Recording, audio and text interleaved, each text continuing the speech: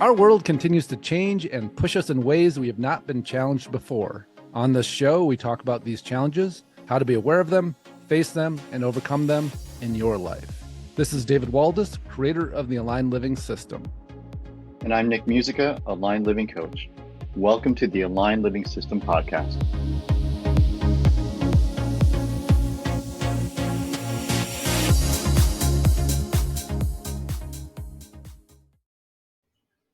Welcome to the Aligned Living System podcast. This is David Waldas here with Nick Musica. Our topic today, it's actually, January 10th, 2025, which I'm still not used to saying or writing. I'm in Thousand Oaks, California, just outside of LA, and there are all these wildfires going on all around LA right now. And so we thought it'd be interesting to talk about, what is it like when we're in demanding situations where, our power just came back on today. I think we had almost 3 days without power.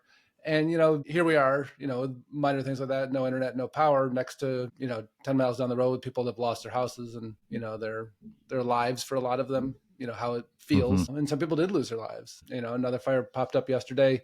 High winds are supposed to pick up again tonight. And so, it's really interesting, using the Aligned Living tools to navigate super challenging situations. I like this, particularly when there's a lot of suffering around you and you're seeing everybody having the experience that they need to have with it or that they're prepared to have. It's people seem to fluctuate in situations like this between, this kind of devastated sadness, anger, and a lot of it, like people that aren't even directly related, is just shut down. When we're in our alignment, like we get a lot more choice. We have a lot more bandwidth of how we're going to engage with something. And so, it was interesting, like not having, was it day before yesterday, not having power, not having internet access. I had some work to do. So I went to the coffee shop and I was like, it's going to be interesting. Like hopefully there's a table for me. And I walk in and it's like slower than normal. And, there was like maybe 2 other people in there with their laptops up. And, most of the surrounding area didn't have power. And I was like, wow, like people are really like they turned off. Like this happened and so many people just stopped functioning, really. Yeah. It's sort of, I think waiting for the next shoe to drop, I think for a lot of folks, like when is it my turn? Yeah. Yeah. And, the high winds weren't stopping. Another fire, like I said, another fire popped up yesterday that sounds like that one was arson. And so, there's so many things like the anger at, well, if it's arsonist that's causing like that, the anger at the power company, the anger at the government for not having things set up, like they're talking about how they're trying to fight forest fires with municipal water, with city water, and they're running out. And, here we are next to the ocean and not having enough water. Like it's, there's just so much room for outrage. There's so much room for, all of these things. And, it's interesting, when we look at it from that perspective, it makes me think of New Orleans, and the Katrina and all that happened there. And they talked about that big act of God that caused it, but it wasn't caused by an act of God. It was, for 40 years, they'd been saying they were going to fix a levee and they didn't. And that was the result of it, because eventually that was going to happen. And so, we don't need to go there, but the idea is that there's all these places that are asking us, just inviting us to get sideways and to go down these rabbit holes that just distract us from who we are and what we're here to bring and what we're here to do, and just shut us down, really.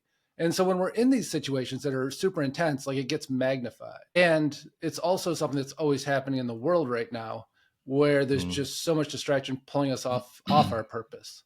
And so there's a lot here for us that, a lot of directions we can go. But to me, that's like when I was there, getting ready for, I have next 10-week program starting on Monday, and I wanted to do some updates to the manual with it and to the handbook with it. And like, I had work to do, and it didn't occur to me to not do it. It was like, it's like, oh, that's right. We can shut down. But it's just so interesting watching the way everybody, the humanness of us, of what we need to deal with and what, and how people go about it. Yeah. Yeah. There was I didn't, so it sounds like when I texted you last night, you didn't have power. No, I was out in my van actually recording a podcast with somebody on my iPad. Wow. for as a guest, because I'm like, well, and again, like it didn't occur to me to not do it. I actually had to cancel one earlier because there was no, it was a video one, and so I didn't have a way to have good video Yeah. there. But the afternoon one, I was like, So you oh, didn't know about there's the a way I can do Kenneth. it. You didn't know about the I Kenneth fire until I texted you. Is that right? No, and we'd just gone for a walk earlier and saw saw smoke, and I'm like, I didn't remember seeing that smoke before, but it was, another 10 miles away in different Yeah. direction. Yeah. Closer. Yeah. And sort of more favorable for the winds to spread it your way Yeah, because it was a little further east. yeah, absolutely. And I mean, it's such an interesting piece too, then like, so what, the looking at the preparation piece of just going and like, I checked my fire safe and going, okay, I got it all set so that if I need to leave, I can grab that with all the important documents, Yeah. make we just talked about like, if we need to evacuate, what are the things that we want to grab and what would fit Yeah. in the truck, and go, okay, great. Now we can set it aside and go back to doing our things. And it's interesting. I lived in Colorado and I was actually evacuated twice. When I lived in the mountain house up in Conifer, and I was feeling that a little bit of like, oh, I remember like what that felt like, and that was a really odd exercise too, because we had 20 minutes to get out, and I had a Jeep Cherokee at the time, and my two daughters, and so there's the four of us, my wife at the time, and there was actually a little extra room in the truck. I was like, what are the things that we need? And I think I grabbed, some artwork, some crystals, important documents, and was like, okay, let's go.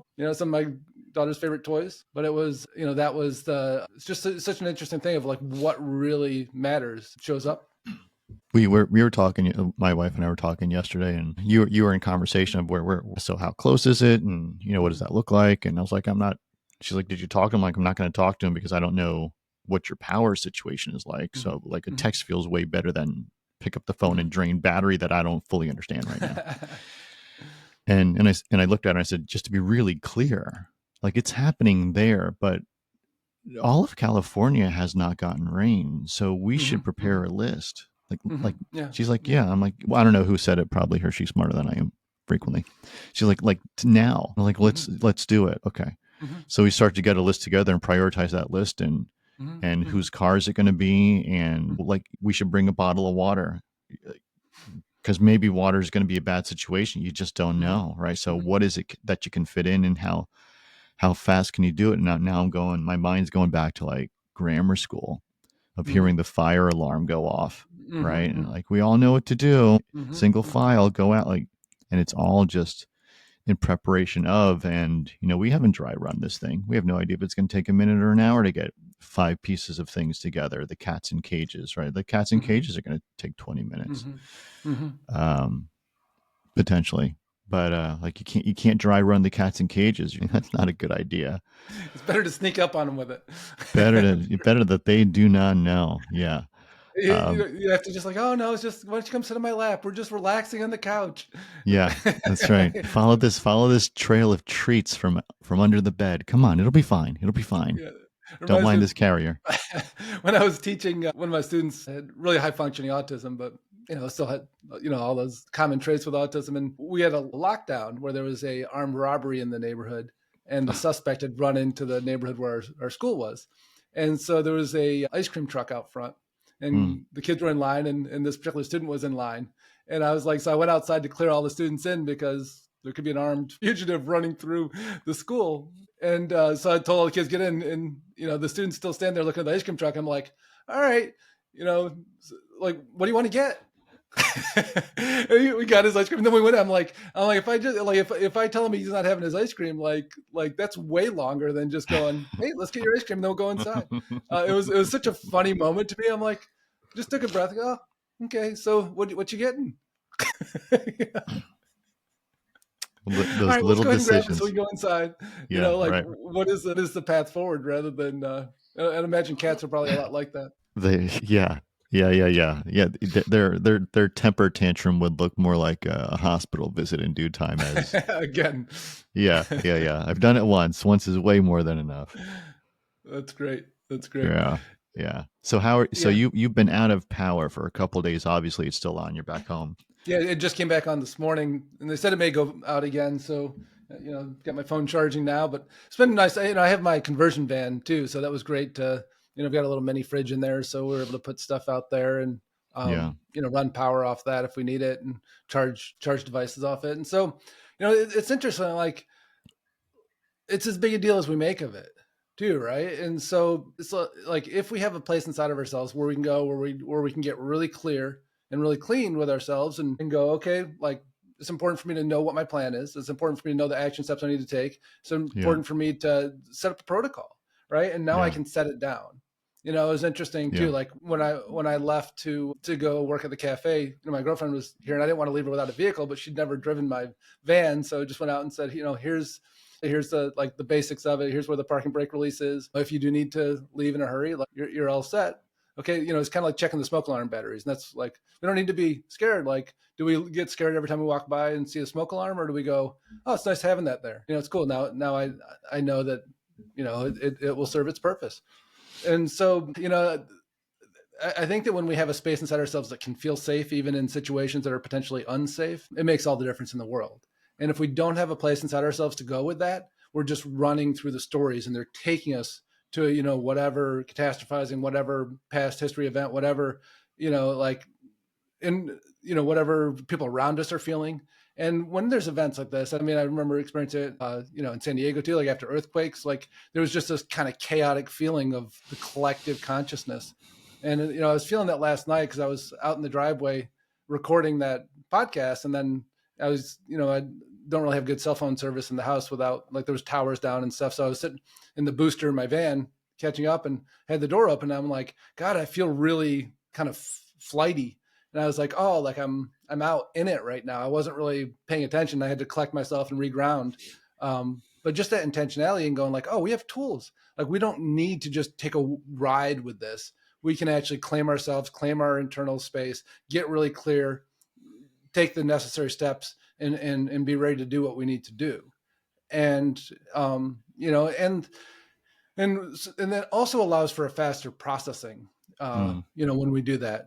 I've talked before about experiencing some very traumatic events, once I already had these tools and just going, okay, I'm not going to let this imprint on me. I'm going to stay present with it. I'm going to let it pass through. And super challenging, right? Because every part of us wants to, not be in that experience. But when we hold ourselves there and just go, all right, I can handle this. Like, let me let this process through my nervous system, because if I disconnect now, I'm just storing it in there. And so that real-time processing. Avoidance versus dealing with it. Yeah, absolutely. And then someday you're going to have to get out, or it's just going to keep coming out in, ways where anything, post-traumatic stress, that's what that is, right? It's stored, stored trauma in your body that gets triggered, and, and you experience things in a much more heightened way than they actually are. And so, it was interesting for me processing, having been through other fires and being evacuated. And, like, it was one of the strongest memories was when we had that mountain house, is the fire was coming up kind of the mountain behind us. So it would have come over the backside, and they didn't evacuate us, but I went up because I couldn't get any information. So I drove up because there was a cop at the top of the mountain blocking it off so nobody could go to where the fire was. And so I drove up there and I said, hey, how would we be notified because the power's out, like there's no cell phone service, how would we be notified if we need to evacuate? And he's like, well, we're going to come through with our loudspeakers on, but we're not going to stop. Like, we're just going to come through and we're going to make announcements as we drive down the mountain, and either you hear them or you don't. Yeah. I was like, so that feeling of like, I just stayed up all night, and I was like, this is crazy. I kept the scanner on and just sat at the kitchen table and hung out, and wait, and like, I got a family here. I can't go to sleep and hope I hear the cop drive by going, fire's coming over the mountain, go. Because there was no other communication whatsoever. It's like you're on a mountain in the middle of nowhere. There is no access. And so, the next day we ended up going to a friend's and down the mountain and staying there. That they were out of town, so it worked out well. But that whole piece of like, that was actually the most stressful part of just like, wow, like sometimes our emergency systems can't do anything. And, that was what a lot of people experienced, obviously, in the Palisades fire too, or are experiencing. Yeah. And so, it's very real. And, I think those of us that are on the edges of it, it'd be very easy for us to get caught up in the victimhood of it, or we can just be really counting our blessings that we're on the edge of it, and power outages and discomfort and, spoiled food, and, that's the worst of it. Yeah. Yeah, it is. I mean, speaking for myself, certainly an opportunity for perspective refinement. Mm-hmm, mm-hmm. A hard day doing whatever it was yesterday. Mm-hmm. And there's not even a detail to share, but because I'm just making up the scenario a little bit, but whatever it could have been, watching the Palisades, which Mm-hmm. I think I've driven around it, but I really don't understand where it is geographically. But there's literally nothing there.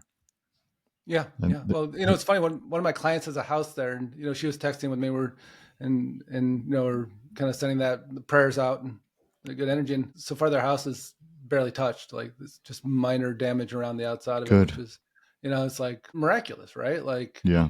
And, I've seen that too with other people where they're like, every house burns around them, and they're like, which is a very weird feeling afterwards, because they're like, oh, I don't have neighbors anymore, Yeah.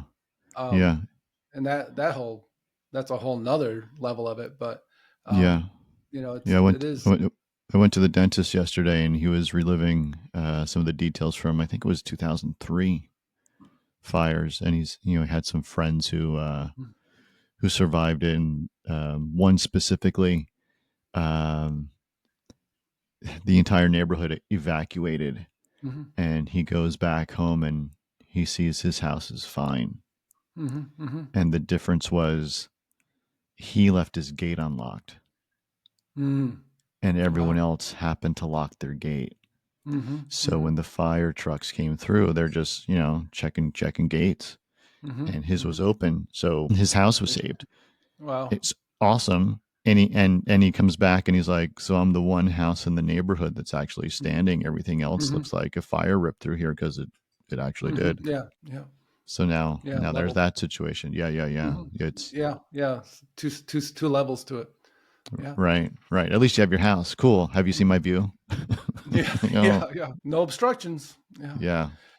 It's such a fascinating thing. And so, in the purpose of this, talking about this, it's interesting processing it, and that whole piece of having that internal bandwidth in the tools to go, okay, I'm going to go inside this space, and I'm going to get, very clear about what matters and what doesn't. I'm going to get very clear about what I have control over and what I don't have control over. And I'm going to get very clear about what this requires of me.